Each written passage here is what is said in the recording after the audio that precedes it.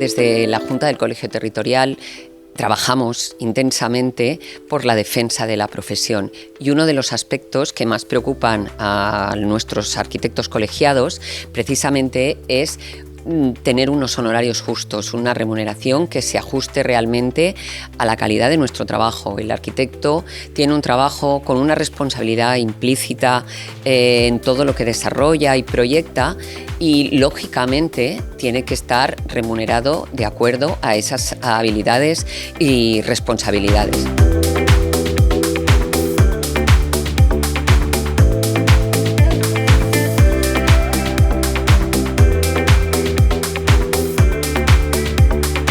Unos honorarios dignos garantizan un trabajo bien hecho y una calidad para el consumidor. Desde ese punto de vista hemos hecho un esfuerzo para aportar una herramienta que se llama Arquicostos, que está disponible para todos nuestros compañeros mutualistas, con la cual se puede hacer una evaluación de cuánto cuesta el trabajo del arquitecto y de todo su equipo.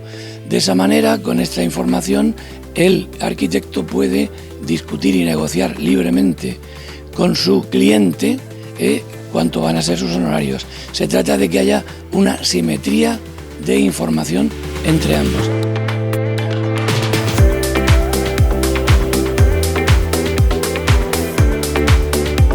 La Autoridad de Defensa de la Competencia de la Comunidad Valenciana ha venido al Colegio de Arquitectos a informar sobre las posibilidades que tiene el propio colegio de fijar unos baremos, unas orientaciones tanto en el mercado libre, lo cual estaría directamente prohibido, como en aquellos procedimientos de reclamación de costas judiciales.